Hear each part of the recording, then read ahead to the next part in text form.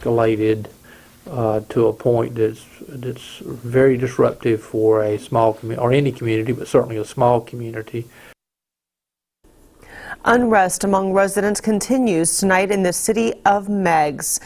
Good evening. I'm Abby Maurer. And I'm Rockland Johnson. You're inside the news at 11. Now, the police chief had been fired by the city manager. He says for no reason at all. And now the police department has only 4 officers and no leadership. But we're learning that the city's leadership problem goes even higher, with the city's mayor under fire. Christina Resnick was in Meigs and has the latest.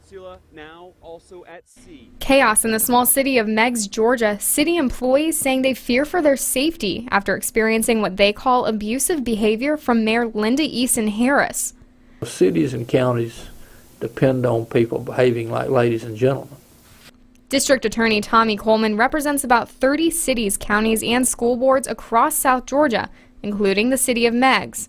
In addition to complaints of abusive behavior, Coleman says Mayor Linda Eason-Harris is currently in the middle of a lawsuit with the previous mayor of Meigs, who accused Mayor Harris of stalking.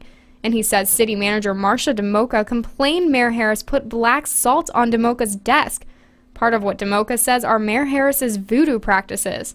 So I called the mayor at that time, and I said, "Mayor, what's black salt?" And she says, "Well, it wards off evil spirits." Coleman tells me Mayor Harris was just elected into office a few months ago in November of 2013, and he says it could take quite a bit of time before residents see somebody else in that position. You can't recall them in the first 180 days of their term. So she's just started, so she wouldn't be able to, subject to a recall until July. Coleman says the Meigs police chief, who was fired yesterday, was a supporter of Mayor Harris's. And some residents rallied outside of City Hall in favor of the mayor, causing City Hall to close its doors for the day. The city won't work that way, and it's a very small community. They can't afford to have that kind of conflict. It's just incredibly expensive as well. Coleman says City Council has moved Mayor Harris's office further from other city employees. They have not chosen to go through with an impeachment process at this time, but he says they are keeping a close watch on the situation.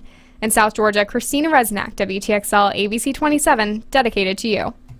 Now, as for the job of police chief, the city has 6 months to find a new chief. Coleman says his firing was partially because he was only part-time and they felt they needed someone who could work more hours.